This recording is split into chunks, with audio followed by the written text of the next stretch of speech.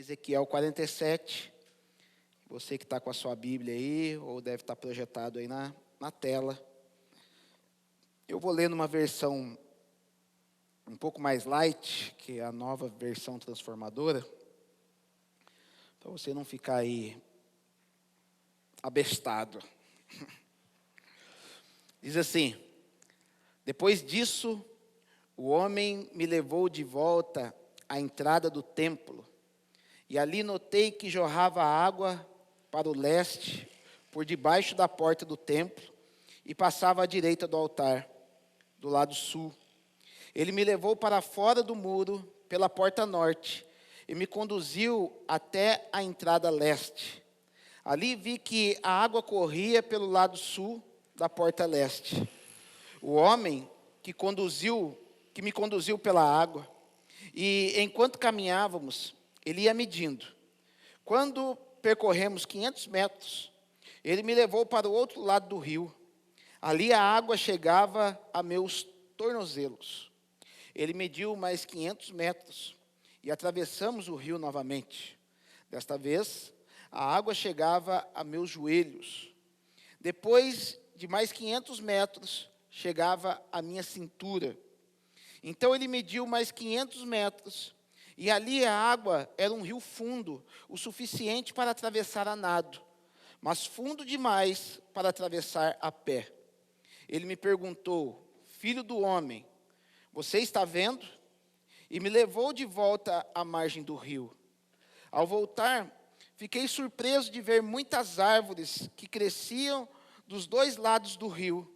Então ele me disse: este rio corre para o leste, pelo deserto, até o vale do Mar Morto. Sua água tornará pura a água salgada do Mar Morto. Por onde a água deste rio passar, haverá muitos seres vivos. O Mar Morto ficará cheio de peixes, porque a sua água se tornará pura. Surgirá vida por onde esta água fluir. Pescadores ficarão às margens do Mar Morto, desde Engede até Englaim. As praias ficarão cobertas de redes secando ao sol. O Mar Morto se encherá de peixes de toda espécie, como os peixes do mar Mediterrâneo. Mas os brejos e os pântanos não serão purificados, continuarão salgados. Em ambas as margens do rio crescerão árvores frutíferas de toda espécie. As folhas dessas árvores nunca secarão nem cairão, e sempre haverá frutos em seus ramos. Produzirão uma nova colheita a cada mês, pois são regadas pela água do rio que nasce no templo. Seus frutos servirão de alimento e suas folhas de remédio. Aleluia! Muito linda essa passagem. Muito linda. Sem perder tempo, gente, eu quero falar um pouco sobre o fluxo do Espírito.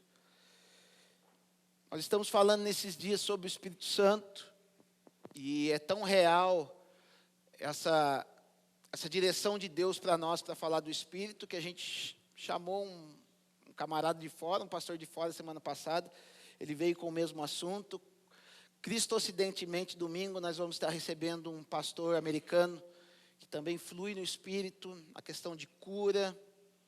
E Deus, quando eu vou ministrar, Deus, ele traz a palavra uns 2 dias antes, ele traz uma impressão no meu espírito sobre o que vai falar. E minha esposa sabe qual que é a dinâmica lá em casa. Deus, ele dá e começa a jogar texto para mim, o negócio fica doido. E hoje eu fui tirar um tempo de oração, Deus refinou aquilo que ele queria falar. E eu quero falar um pouco sobre a questão do fluxo do Espírito e sobre algumas manifestações de Deus para nós. A gente vê aqui uma visão. Ezequiel, para quem não sabe, ele é considerado um dos profetas maiores. E profeta maior e profeta menor não é porque um era mais forte que o outro, ou era mais fraquinho, ou porque um tinha mais altura que o outro era mais baixo. Profetas maiores e profetas menores são determinados pela quantidade de conteúdo que eles derramaram Então, se você vê que o livro do cara é grande, o cara é um profeta maior. Se vê que o livro é pequenininho, ele é um profeta menor. Geralmente, os profetas menores, vocês vão ter dificuldade de abrir a Bíblia e encontrar. Então, é Obadias, Naum, Ageu. Então, é esses que tem gente que não sabe nem que existe esses caras na Bíblia. Então, geralmente, o profeta menor é esse. Mas Ezequiel, ele é um dos profetas maiores. Ezequiel, ele é contemporâneo de Daniel. Ezequiel é um camarada que foi levado para o exílio. Daniel era da classe abastada, então ele foi um dos primeiros a ser levado para o exílio. Daniel, ele era o cara que estudou em Harvard. Ele era o cara que se cuidava, ele era o cara intelectualizado, ele era o cara que era popular no meio da galera. Então, em virtude disso, ele foi levado por primeiro para a Babilônia e ele foi estabelecido dentro do palácio. Porque Deus permitiu que ele tivesse todas essas coisas para poder influenciar. Porque não adianta colocar alguém dentro do palácio que não sabe nem falar direito. Mas Deus, ele usa a todos, independente da sua classe social, independente da sua maneira de se portar, digo, a maneira de como ele age. E Ezequiel, logo após, ele foi levado também para a Babilônia, mas ele ficou no meio do povão, ele não ficou dentro do palácio. Porque Deus, ele tem as suas maneiras de falar tanto para o rico, como para o pobre, como para aquele que é mais indouto na palavra. E Ezequiel começa a ter uma série de visões. A gente vai ver que as visões dele são tão poderosas como foram a de Daniel. Daniel, ele vê algumas coisas com relação ao fim do mundo, esquece essa palavra, né? Com relação à consumação dos séculos, algumas figuras que vão aparecer até em Apocalipse, de forma mais contextualizada para o termo grego, mas tudo acontece com base em Daniel. Daniel, ele vai ver leão, ele vai ver tigre com asa, ele vai ver urso, ele vai ver estátua, tudo isso você vai ver lá em Apocalipse falado de uma forma diferente, de uma forma em que os gregos, a cultura grega, poderia observar. Ezequiel também, Deus começa a revelar para ele algumas visões do tempo do fim. E uma das visões do tempo do fim é quando Deus começa a revelar para ele o templo que o Senhor vai estabelecer nos últimos dias. Nos últimos dias, a palavra de Deus diz que haverá um templo, onde alguns estudiosos vão chamar de terceiro templo. Eu, particularmente, eu não creio que será um terceiro templo.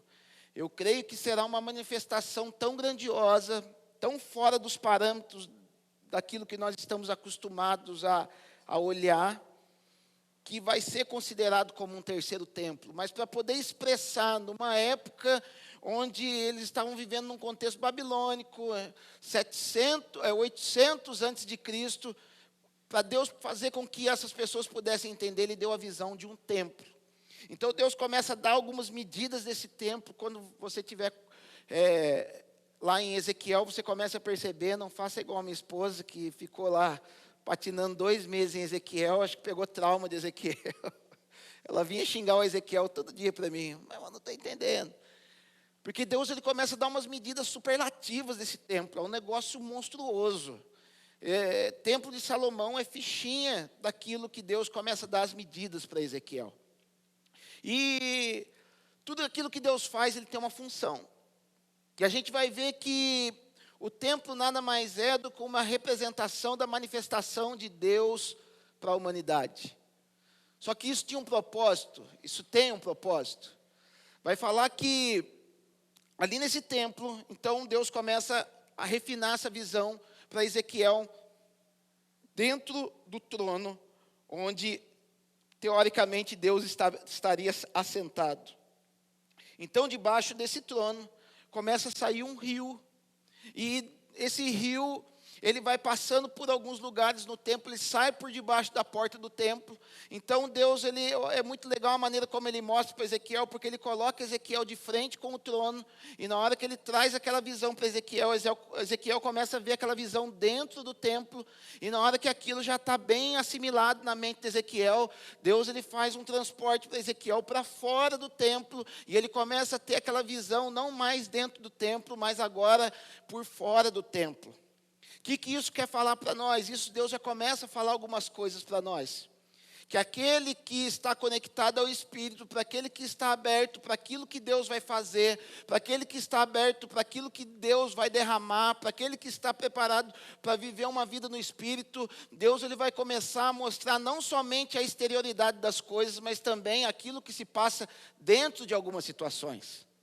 Esse é o poder de Deus que traz luz sobre a nossa vida, para que a gente possa entender não só aquilo que os nossos olhos podem ver, mas a gente pode entender também aquilo que se passa dentro de uma situação.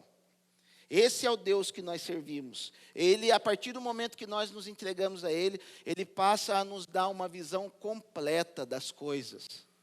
Por isso que nós temos que evitar muitas vezes tecer alguns comentários.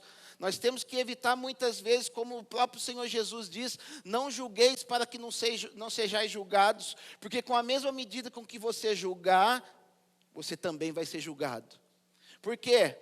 Porque algumas pessoas não têm uma visão do todo para poder julgar algumas coisas. Muitas vezes nós queremos olhar para algumas situações simplesmente com algumas percepções humanas que a gente colecionou ao longo da vida. Então, a gente começa a criar alguns padrões. Então, na minha infância, eu comecei a ver que determinada pessoa que ri demais são pessoas que acabam falando demais. Então, você começa a juntar esse quebra-cabeça e cria percepções externas daquilo que acontece. Mas são percepções que você tem na alma. O Senhor quer nos levar a termos percepções no Espírito. Porque não, Deus, o Senhor Jesus, Ele não nos impede de julgar. A gente vai ver que depois Ele vai para o texto, lá em João, capítulo 7, versículo de número 24, se eu não me engano, Ele vai dizer assim, não julgais segundo a aparência, mas segundo a reta justiça. Então percebeu que uma hora Deus fala, você não pode julgar. Mas em outra hora ele fala, a partir do momento que a reta justiça está dentro de você, você vai ter condições de julgar, você vai ter condições de olhar, mas esse julgamento não vai ser um julgamento baseado num julgamento de homens, vai ser um julgamento baseado na justiça de Cristo. A gente tem que começar a aprender isso. Se você ainda julga situações, mas o seu julgamento não é segundo a justiça de Cristo, você está julgando totalmente errado. E isso é muito perigoso, se você tem julgado errado, esse julgamento vai vir sobre a sua vida. Então, às vezes a pessoa fica reclamando, as pessoas me julgam mal, eu nem fiz nada, as pessoas parecem que olham. Será que talvez você não esteja fazendo da mesma forma? E Deus esteja permitindo que você seja julgado da mesma maneira? Comece a mudar o seu tipo de julgamento. Comece a buscar um entendimento no Espírito para que você possa julgar. Porque a gente é rapidinho para julgar as pessoas que estão ao nosso redor, mas somos muito lentos para julgar nós mesmos. E para que eu possa começar a julgar uma percepção espiritual, eu tenho que, em primeiro lugar, estar me julgando diariamente para saber como eu estou diante de Deus. Enfim, Deus dá essa visão para Ezequiel, e Ezequiel vê esse rio. E aparece um anjo que desde lá de trás ele começa a mostrar as medidas para Ezequiel, e quando fala de medida, fala justamente de julgamento. Fala muitas vezes de percepções, mas como essa medida que o anjo começa a mostrar para Ezequiel, era uma medida segundo uma régua a qual o próprio anjo tinha apresentado para Ezequiel. Então Ezequiel se sentiu confortável a poder medir todo o templo. Lembrando para vocês que na Bíblia nós somos conhecidos como templo do Espírito Santo. Se você for lá para 1 Coríntios capítulo 6, vai dizer que Paulo dizendo que não sois vós o templo de Deus, e o Espírito de Deus habita em vós. Então nada mais é do que tudo aquilo que está falando também de uma forma espiritual, tudo aquilo que nós somos, tudo aquilo que passa dentro de nós e que também vai passar fora de nós. Então esse anjo começa a fazer uma caminhada com Ezequiel. Ele pega Ezequiel e começa a andar, a partir do momento que ele tem essa percepção do rio, ele começa a andar e vai dizer a palavra de Deus, que eles andam na versão original. Eu gosto mais do original do que essas traduções, às vezes eu trago a tradução para você, para ficar mais fácil o seu entendimento. mas vai falar que ele anda 1000 côvados. 1000 côvados são exatamente 440 metros. Aqui vai arredondar para 500 metros. Mas enfim, a gente não está aqui para ficar brigando por causa de 60 centímetros, né? Então, vai falar que esse anjo conduz Ezequiel a caminhar 500 metros. E na hora que ele caminhou 500 metros, ele chama Ezequiel a entrar dentro desse rio. E vai falar que Ezequiel, ele entra dentro desse rio e as águas batiam no seu tornozelo.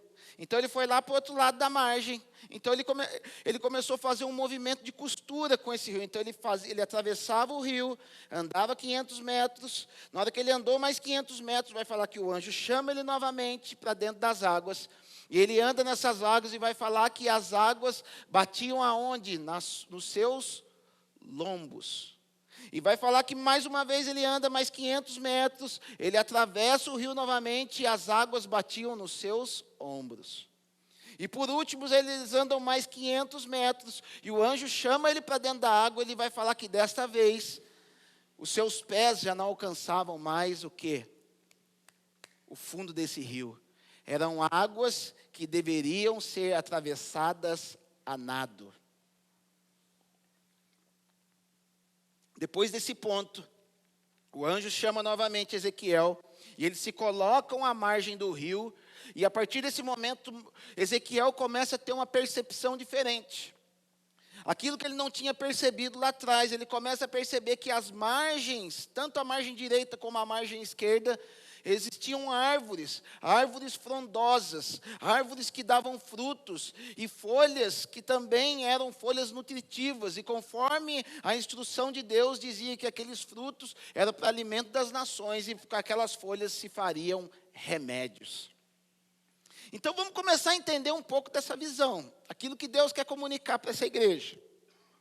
Na verdade, o rio nada mais é do que uma figura simbólica do Espírito Santo na nossa vida.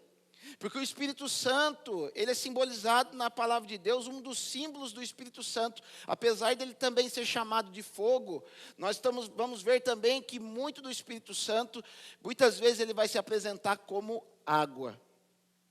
Então, quando nós nos apresentamos para Deus, sabe o que Deus faz? Ele começa a nos chamar para que nós venhamos a caminhar com Ele. O início da caminhada com o Senhor, muitas vezes nós não temos o quê? Uma percepção e uma interação com o Espírito. Parece que a gente está na margem, né? A gente muitas vezes, a gente pode dar um nome, o cara é considerado muitas vezes como um marginal. Por que é o marginal? É aquele que se coloca à margem. E eu vejo que muitas pessoas, às vezes, são marginais no Espírito. São pessoas que ficam à margem.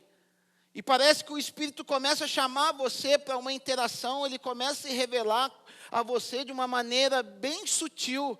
Porque o Espírito Santo, na primeira vez que ele chega sobre as nossas vidas, ele vem em sutileza. Quem vem arrombando tudo, quem vem arrebentando com tudo, quem vem te derrubando, quem vem querer te detonar, é Satanás. Mas o Espírito Santo, ele parece que ele vai nos distraindo.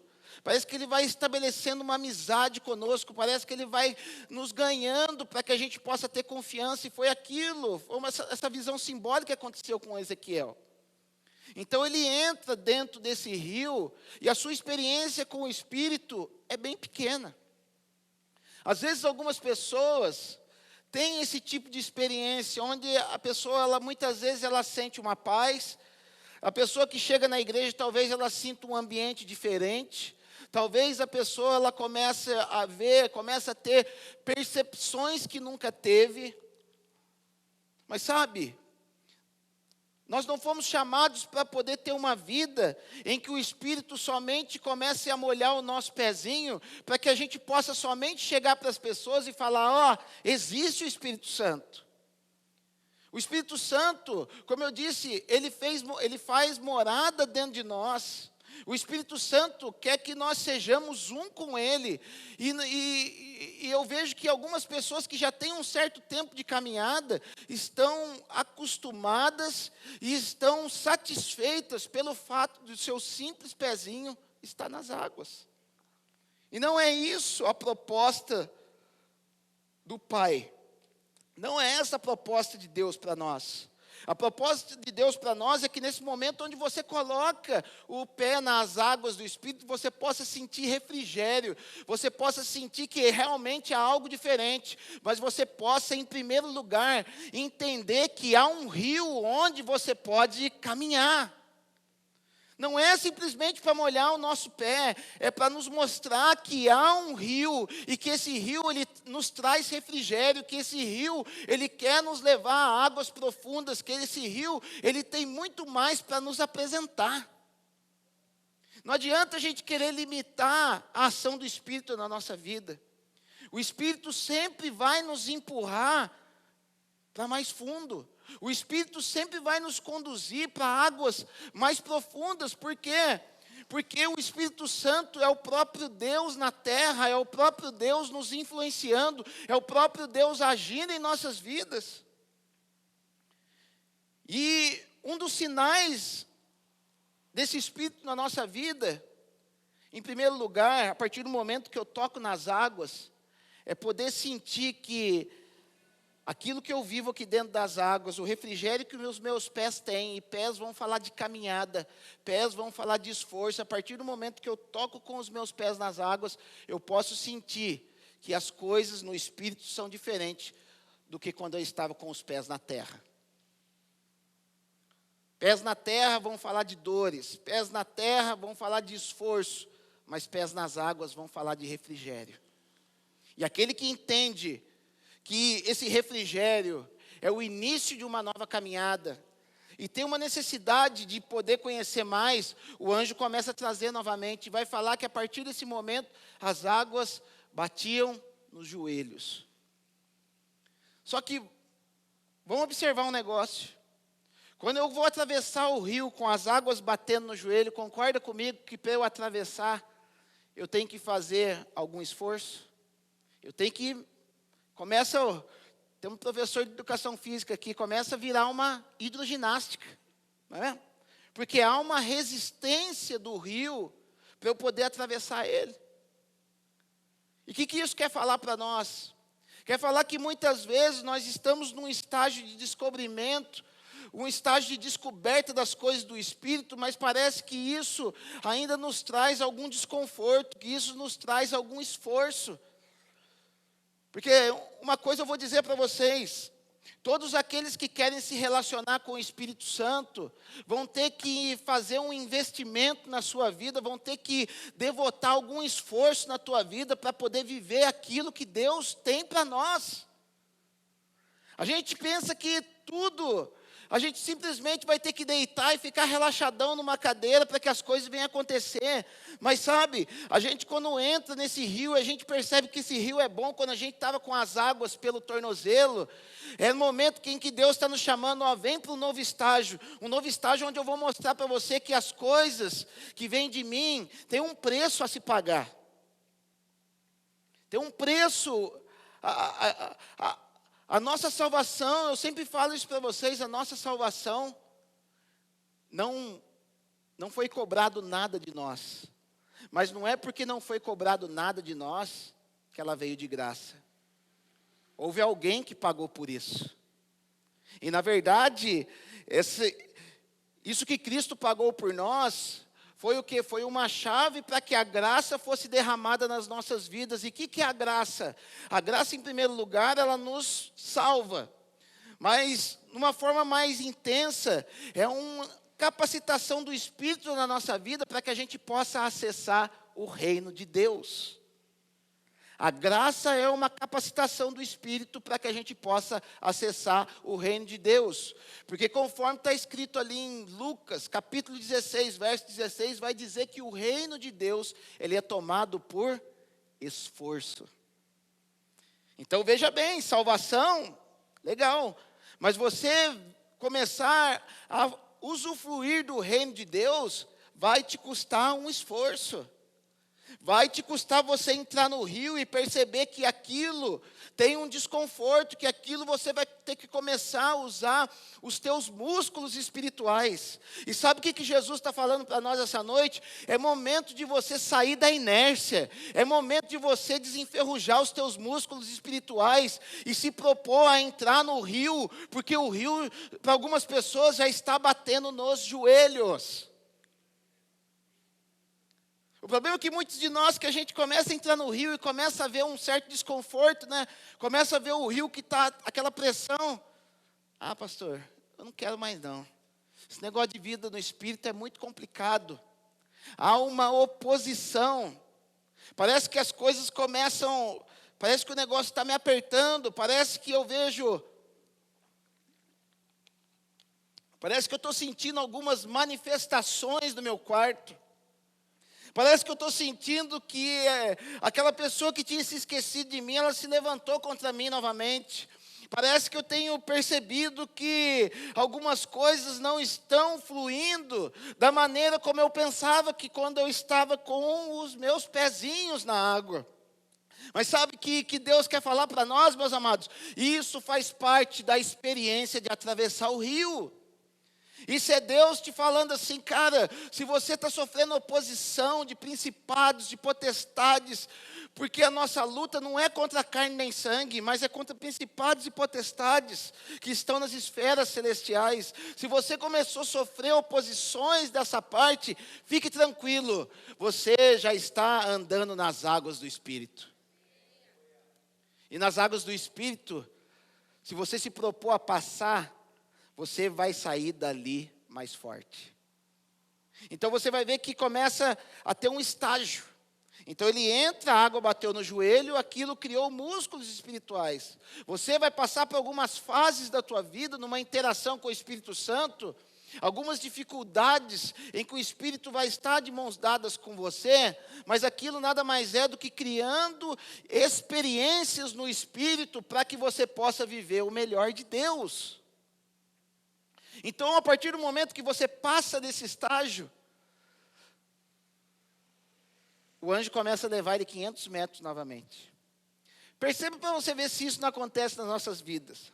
Você já parou para ver que em cada virada de ciclo, porque a gente vê ali que cada travessia nas águas é um ciclo novo que está se iniciando na vida de Ezequiel.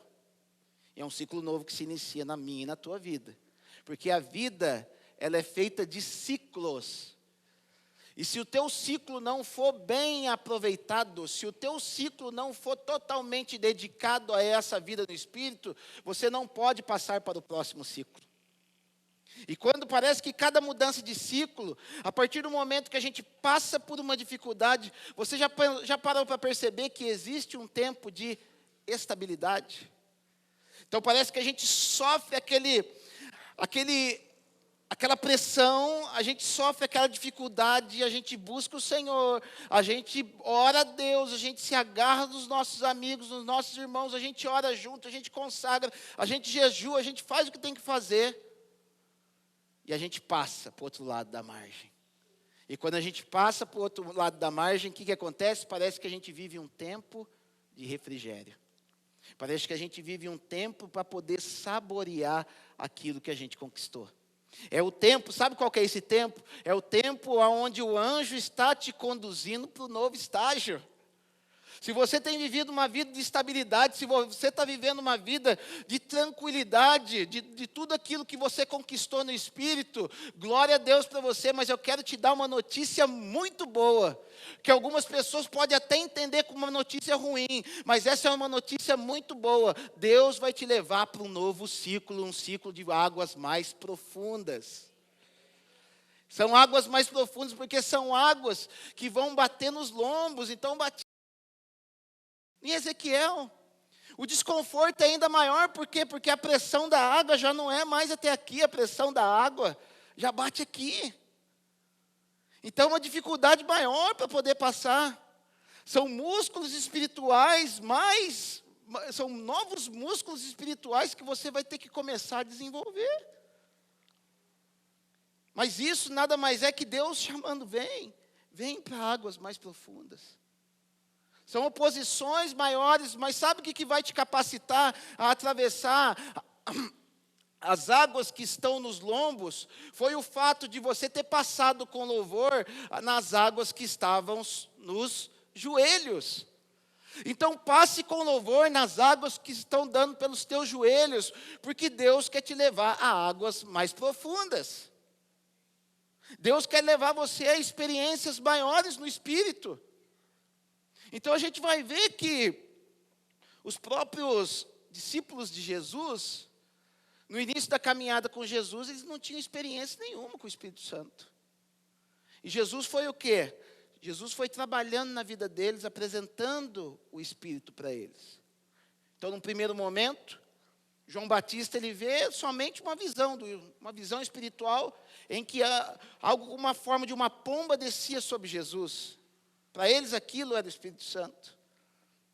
Mas quando Jesus ele começa a se mover, quando Jesus ele permite que o Espírito comece a agir na vida dele, olha o que vai acontecer. Vai falar que Jesus, após o seu batismo, Mateus capítulo número 3, Jesus ele se batiza, e após, terminou o batismo dele, vai falar que o Espírito Santo conduz Jesus ao deserto. O ministério de Jesus não começa antes que ele pudesse experimentar aquele Espírito que tinha vindo sobre a vida dele. É isso que eu quero falar para vocês também. Se você tem passado por oposição, se você se considera uma pessoa cheia do Espírito, e se talvez você esteja passando pelo deserto, acalma o teu coração. Resista ao diabo e ele vai fugir de você. Sabe por quê? Porque é o Senhor te capacitando para você viver uma vida de milagres. Eu tenho clamado a Deus para que a gente comece a ver novamente uma vida de milagres. Porque temos visto a igreja nesses últimos dias, muita gente falando que está vivendo uma vida no Espírito, muita gente louvando com músicas do Espírito. Mas eu pergunto, aonde estão os milagres? Percebe que cada vez mais a nação tem se tornado cada vez mais evangélica, mas cada vez menos milagres. Sabe o grande problema? A nação tem se tornado cada vez mais evangélica e menos filho de Deus. Nós não fomos chamados para ser católicos, nós não fomos chamados para ser espírita, nós não fomos chamados para ser evangélico, nós fomos chamados para ser filhos de Deus e habitação do Espírito Santo. Nós temos, esse Espírito Santo precisa ser desenvolvido, ele precisa ser desenvolvido na sua maneira para poder ser expressado através de nós. O problema é que não tem sido desenvolvido, por quê? Porque as pessoas se propõem a buscar o Espírito Santo. Ah, pastor, eu estou vindo aqui para a igreja, eu quero buscar o Espírito Santo. Amém, eu vou te ajudar. Eu vou te ajudar. Só que dentro de mim, às vezes da maneira como a pessoa chega, eu falo, essa aí não aguenta nem até a metade. Por quê? Para eu te ajudar a atravessar o rio, para eu te apresentar o rio, vai exigir renúncia. Para você poder atravessar o rio, você não vai poder estar carregando um monte de peso. Então o cara está carregando casa, ele está carregando carro, ele está carregando um monte de pessoa que ele não perdoou aqui nas costas. E o Espírito está falando, vem para a água. Aí na hora que chega na água, o cara começa, o cara não aguenta. É muito peso para ele atravessar as águas do Espírito. Aí a gente chega e fala para a pessoa, cara, você precisa largar a mão disso. Se você fizer isso, você não é um fluxo com o Espírito. Se você fizer isso, ao invés de você estar seguindo, ao invés de você ter um fluxo que o Espírito quer te levar, você está andando de forma contrária ao fluxo do Espírito. E sabe o que isso produz na vida da pessoa? Cansaço na caminhada. Então daí o que acontece? Ele vem para a igreja, mas ele vem porque tem que vir, porque ele fala, pastor, eu estou muito cansado.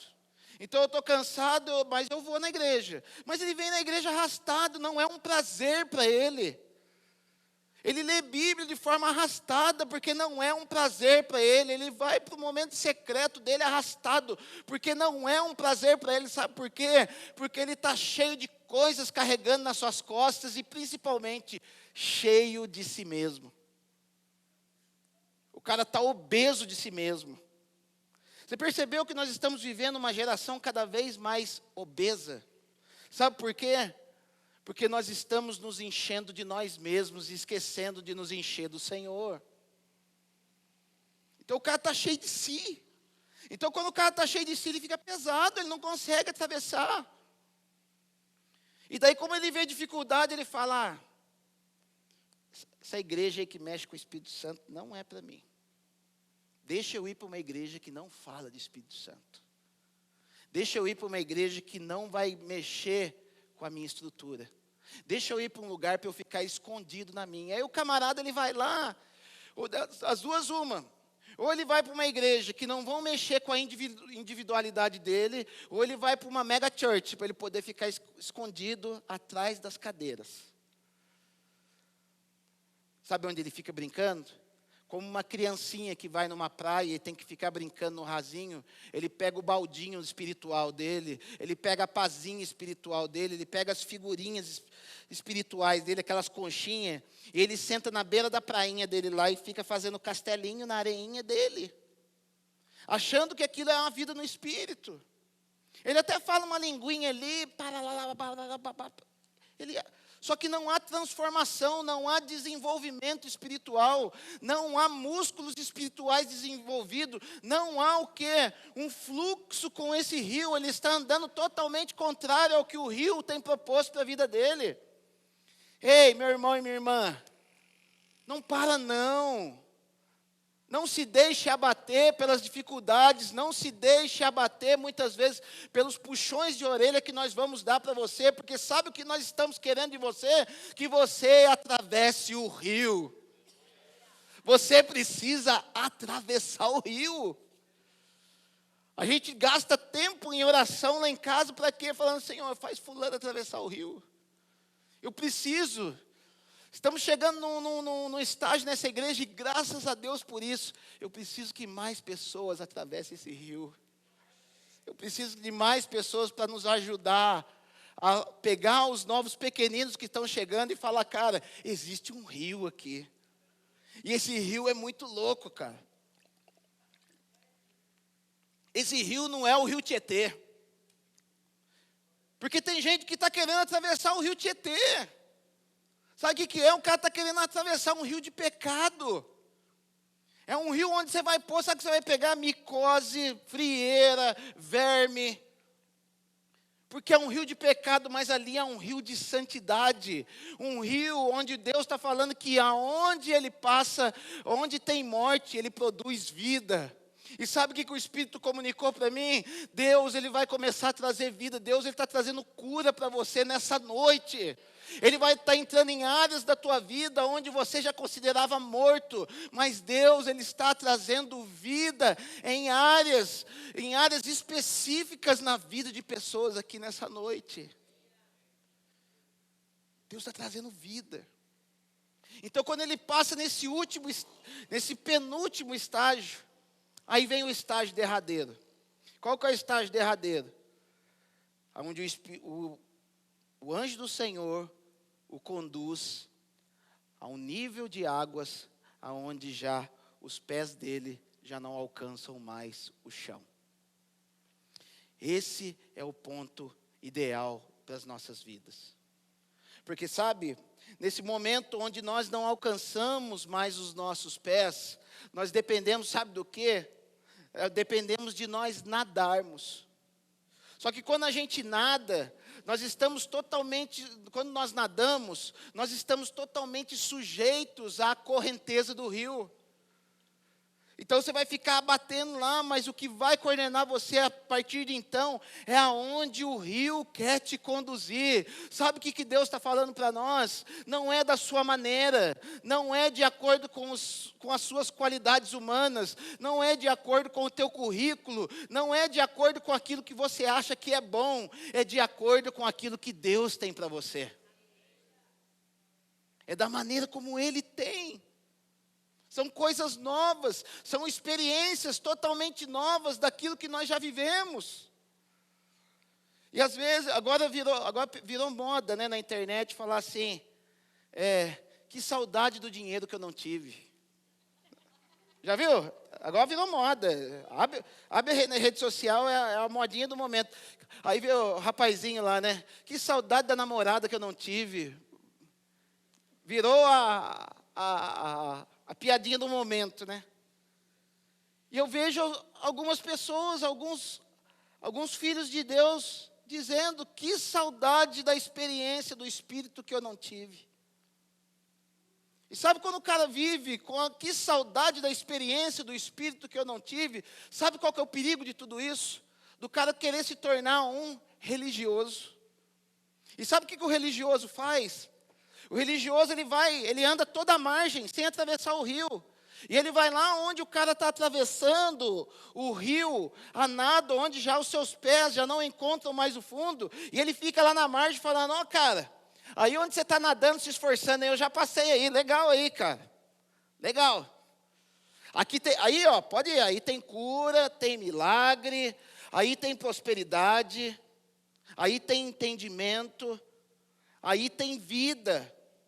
Só que ele mesmo não está vivendo isso. Só que ele mesmo não passou, porque o que define não é onde você está na margem, o que define é aonde você já chegou no rio. Não adianta a gente querer ser, de novo, não adianta a gente querer ser marginal. Com Deus não existe marginais, com Deus existe pessoas que vão no profundo. É isso que vai fazer diferença na tua vida. Então, na hora que ele tem essa percepção, que o controle já não é mais dele, é onde as maiores coisas começam a ser reveladas para Ezequiel.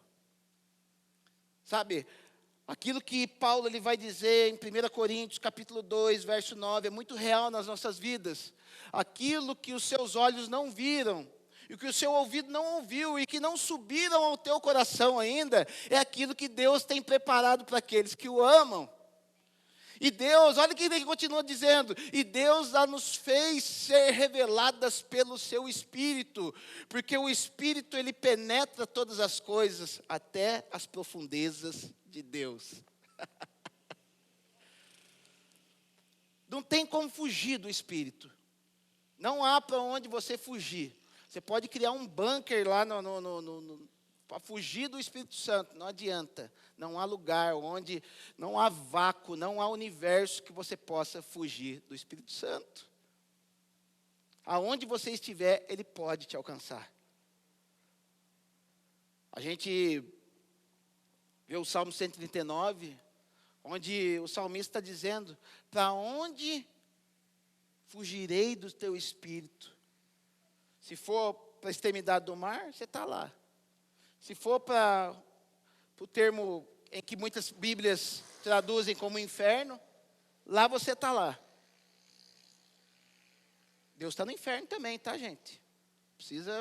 Deus está no inferno, mas Ele não participa do inferno. Deus não tem problema com o pecado. E Ele fala: se eu pegar as asas da alva e for morar nas extremidades, ainda lá tu estarás, e tua mão me alcançará. Não há onde nós fugimos do Espírito. Ele vem para nos modelar. Ele vem para nos fazer conforme Ele é. Só que disso vai depender a nossa entrega. Disso vai depender o fato de nós não queremos voltar para onde o nosso pé tem controle. Porque, sabe, existem alguns lugares onde nós temos controle das coisas. Eu só posso mexer até aqui. Deus me falou para eu viajar o mundo e pregar o Evangelho. Só que eu só vou até Caçapava só, porque até Caçapava é seguro para mim. Qualquer coisa eu volto para Taubaté. Você não se entregou ainda pelo Espírito. Você ainda não entrou nesse lugar onde os seus pés não alcançam mais essa terra. Você ainda está conectado com as coisas desta vida. Você precisa se conectar com as coisas que são do céu. E as coisas que são do céu só se conectam no Espírito de Deus. Deus mandou eu abençoar com uma coisa bem grande.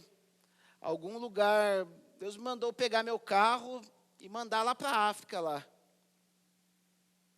Deus mandou pegar o carro e mandar para a África. Mas sabe o que eu vou fazer? eu vou vender meu carro, eu vou pegar metade do meu carro, eu vou comprar um carrinho para mim e vou mandar metade para a África. Você não entendeu ainda. Você está voltando para trás. Você está deixando de viver coisas maravilhosas que o Espírito tem para a tua vida. A gente vê aquele jovem rico, e ele chega para Jesus e falando, bom mestre, o que ele fazer para herdar a vida eterna? Aí Jesus fala assim para ele, cumpre os mandamentos. Não roubarás, não adulterarás, honra teu pai e tua mãe. Aí ele fala assim, isso eu tenho feito desde a infância. Só que já começa a arrogância desse jovem. Que às vezes a gente, se você não tiver ainda mergulhado no Espírito, você não consegue ver a arrogância nele. Mas ele era um jovem arrogante, porque ele estava ali pegando 10 dos 613 mandamentos que tem na Bíblia. E ele falava que já tinha cumprido todos. E não há como cumprir os 613 mandamentos. Se houvesse como um homem cumprir os 613 mandamentos, não era necessária a cruz de Cristo. E se não fosse necessária a cruz de Cristo, não era necessário esse jovem ter procurado Jesus. Está vendo como ali era uma falsa busca?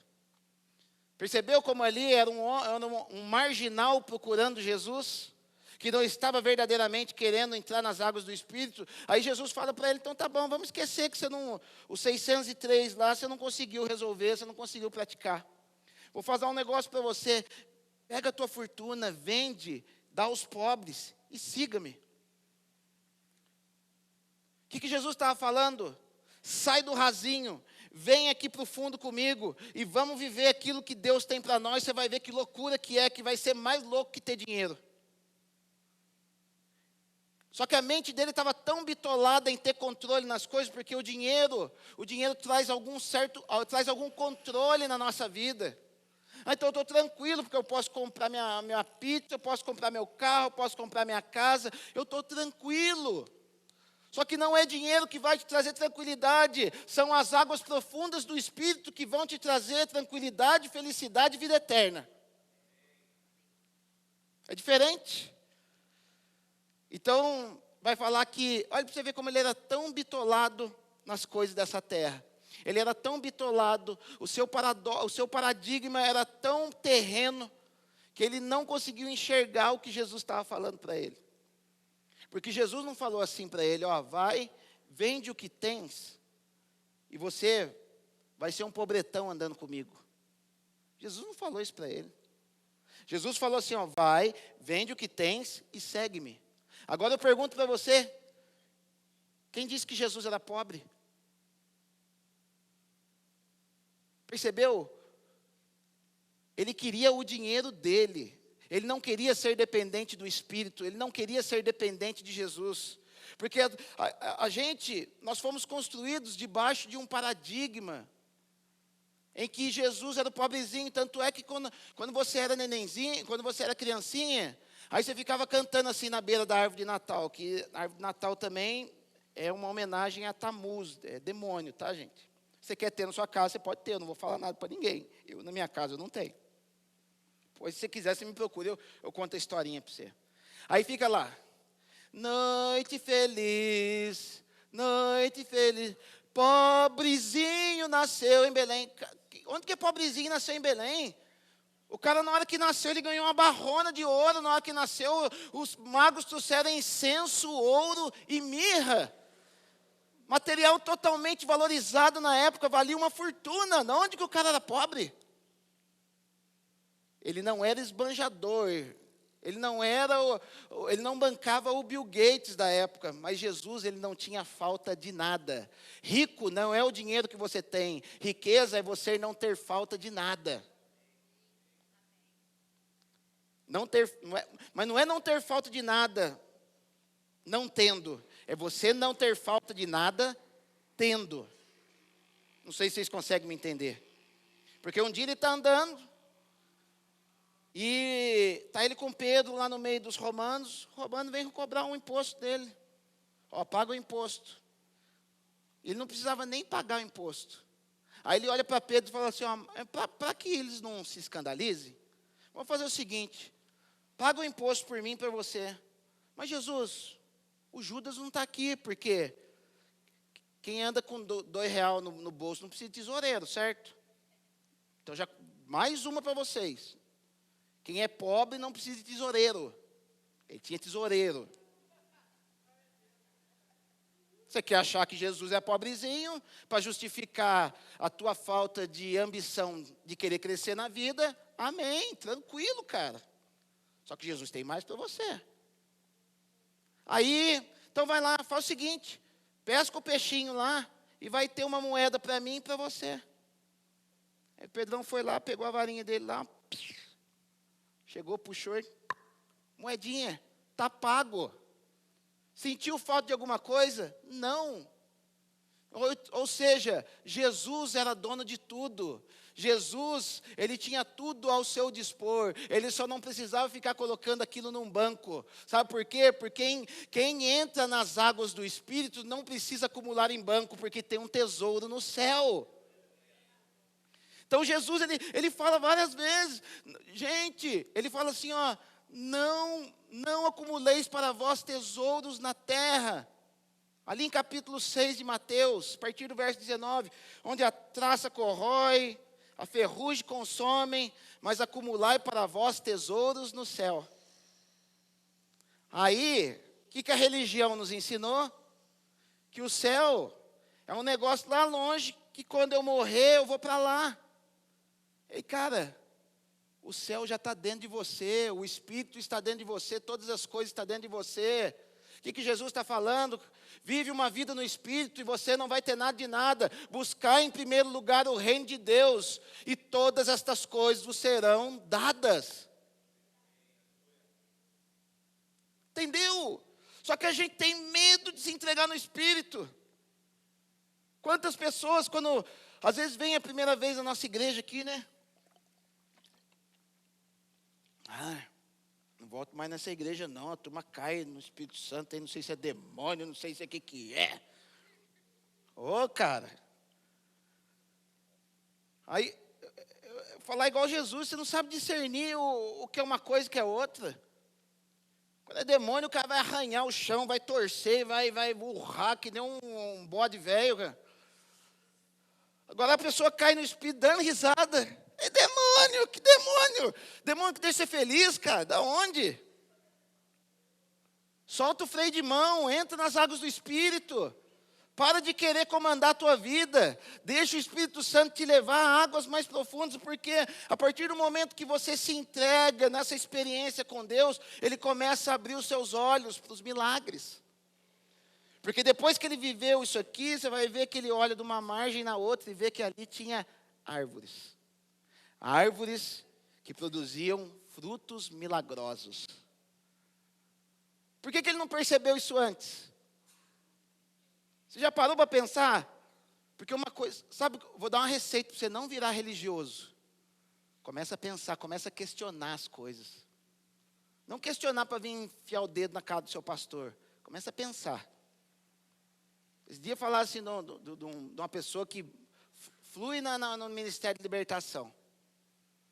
Aí vieram falar que essa pessoa, eu não posso citar nome, vamos lá. Aí vieram falar que essa pessoa, ela tem restrições contra o médico Lair Ribeiro.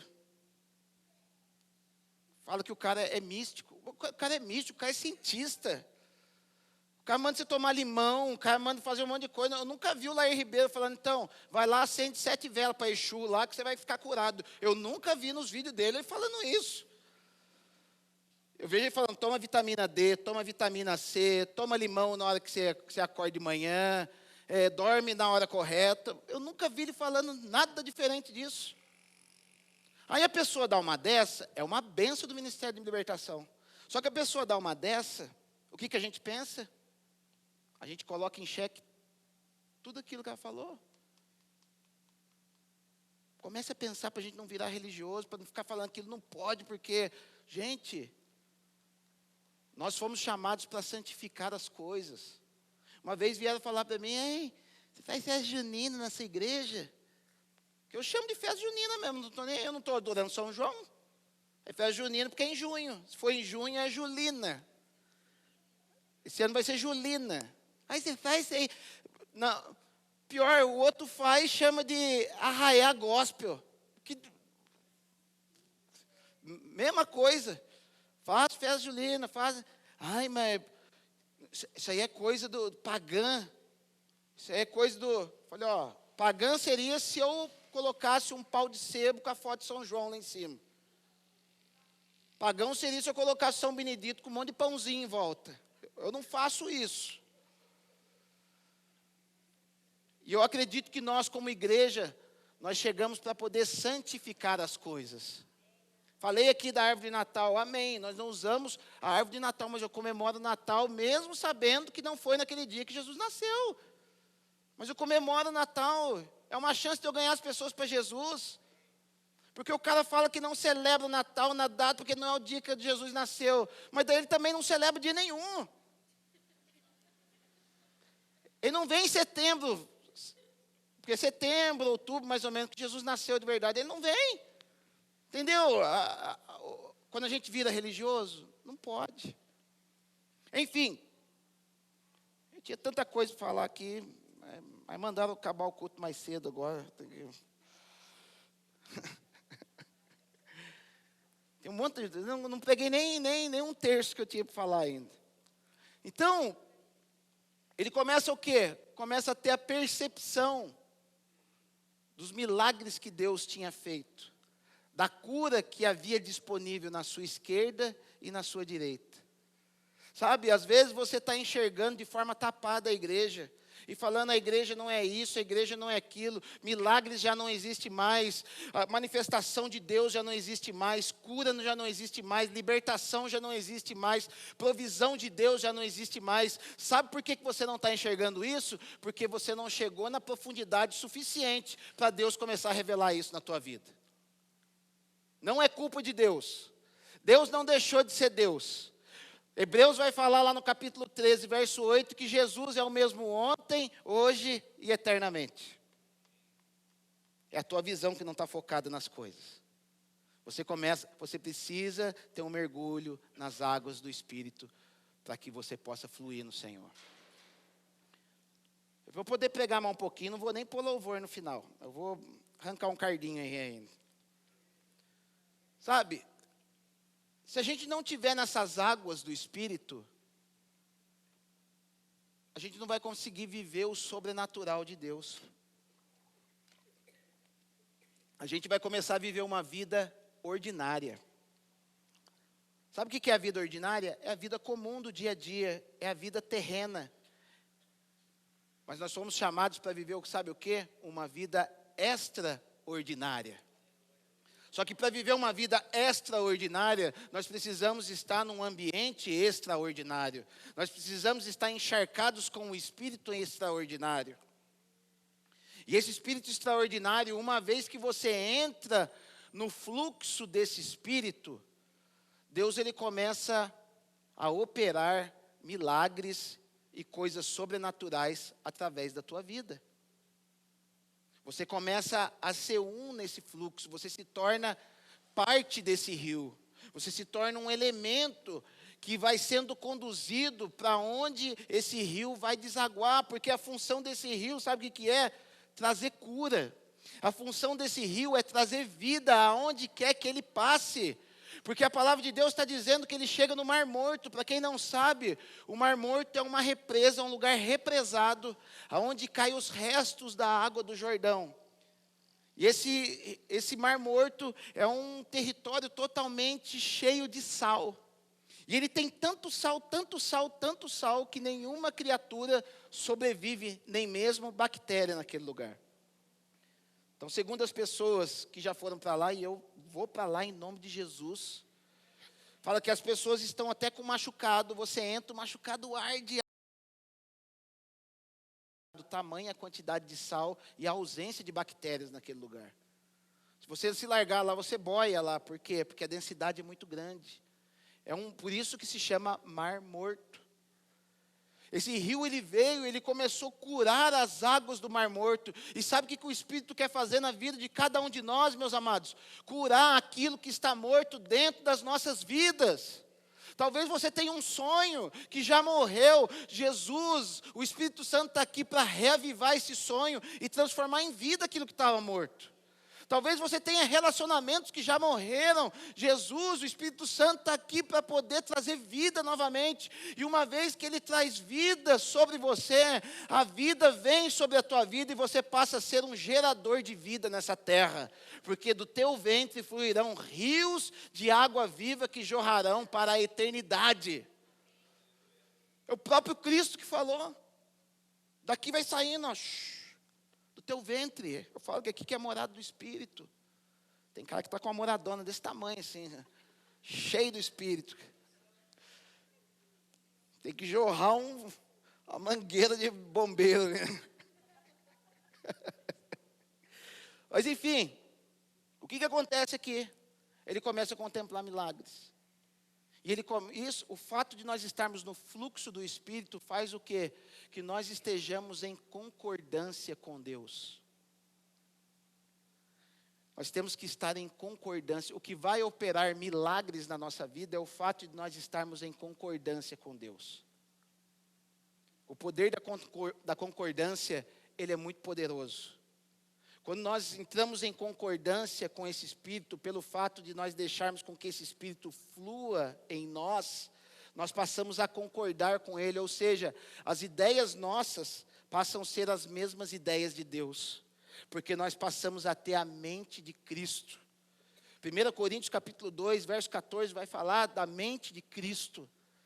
E essa mente de Cristo é uma mente, e mente vai falar de sede de pensamentos, meus amados, porque existe uma diferença entre cérebro e mente. Cérebro é essa massa de 1,5 kg que tem na cabeça de cada um. Tem gente que tem menos, tem gente que é 100 gramas, 200. Mas o normal é 1,5 kg mais ou menos. E esse órgão de 1,5 kg, a forma como ele trabalha, a forma como ele pensa se chama mente. Por isso que quando o Espírito Santo ele vem sobre nós, ele traz uma mudança de mentalidade. Romanos capítulo 12 vai dizer que quando nós entregamos o nosso corpo em sacrifício vivo, ele muda a nossa mentalidade para que a gente não seja mais conivente com esse mundo.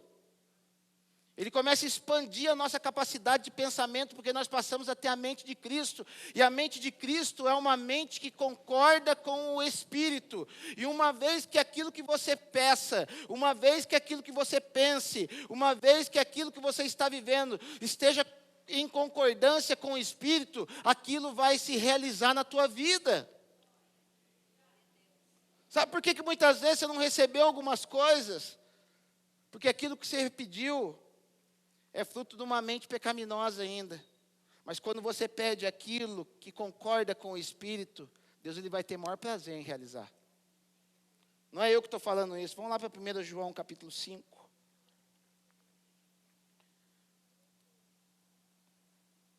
1 João, capítulo de número 5, a partir do verso 13, olha o que vai dizer. Estas coisas vos escrevi, a fim de saberdes que tendes a vida eterna, a vós outros que credes em o nome do Filho de Deus. Agora olha lá, esta é a confiança que temos para com Ele. Se pedirmos alguma coisa segundo a sua vontade, Ele nos ouve. E se sabemos que Ele nos ouve quanto ao que lhe pedimos, estamos certos de que obteremos os pedidos que lhe temos feito. Então sabe qual a oração sua que vai ser atendida? A oração que for feita dentro do rio. Se você fizer uma oração à margem, ela não vai ser atendida. E talvez você possa ficar frustrado. Mas não fica frustrado não, meu amigo. Se a tua oração não foi entendida, se Deus disse não para você, o não de Deus é a voz dele te chamando, falando, fião, entra para dentro do rio, que os teus pedidos vão ser aceitos. Mas não é porque você vai estar dentro do rio simplesmente, é porque o rio vai estar dentro de você. Começa a ver como que é o esquema. Porque tem que ter concordância. tem que ter similaridade. Eu falo, a gente não é abençoado porque a gente faz alguma coisa. A gente é abençoado porque a gente começa a se parecer com Jesus. E Deus, que é o Pai, Ele não nega nada para o seu Filho. Olha outro texto que vai falar, vai corroborar com isso que eu estou falando. No verso de número 6, do mesmo 1 João. Este é aquele que veio por meio de água e sangue, Jesus Cristo. Não somente com água, mas também com água e com sangue.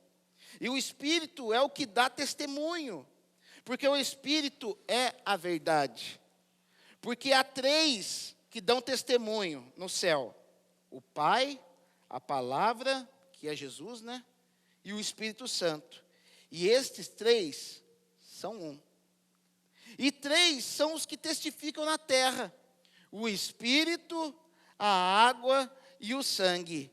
E esses 3 são unânimes. Em algumas versões vai dizer, e esses 3 concordam num só propósito.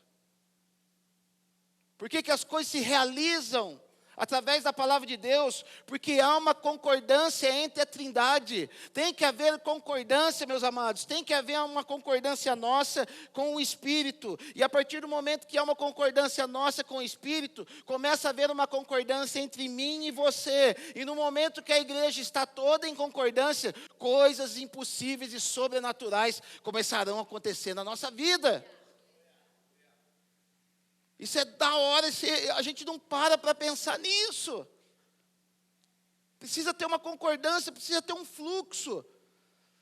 E às vezes parece que quando a gente não está no rio, quando o rio não está dentro de nós, a gente começa a andar, o rio está vindo com a sua correnteza, e a gente está tentando aplicar, sabe o quê? O fluxo do mundo. O fluxo do mundo. Às vezes a gente está no fluxo do mundo, no fluxo dos nossos pecados, no fluxo do nosso eu, do nosso ego. Mas nós temos que entrar no fluxo do Espírito, porque o fluxo do Espírito sempre vencerá o fluxo do mundo. Não adianta eu querer enfiar a goela abaixo, a minha vontade, o meu desejo pecaminoso, que as águas do Espírito passarão por cima para me afogar. E Deus não quer que ninguém se afogue, Deus quer que nós nademos nas águas do Espírito.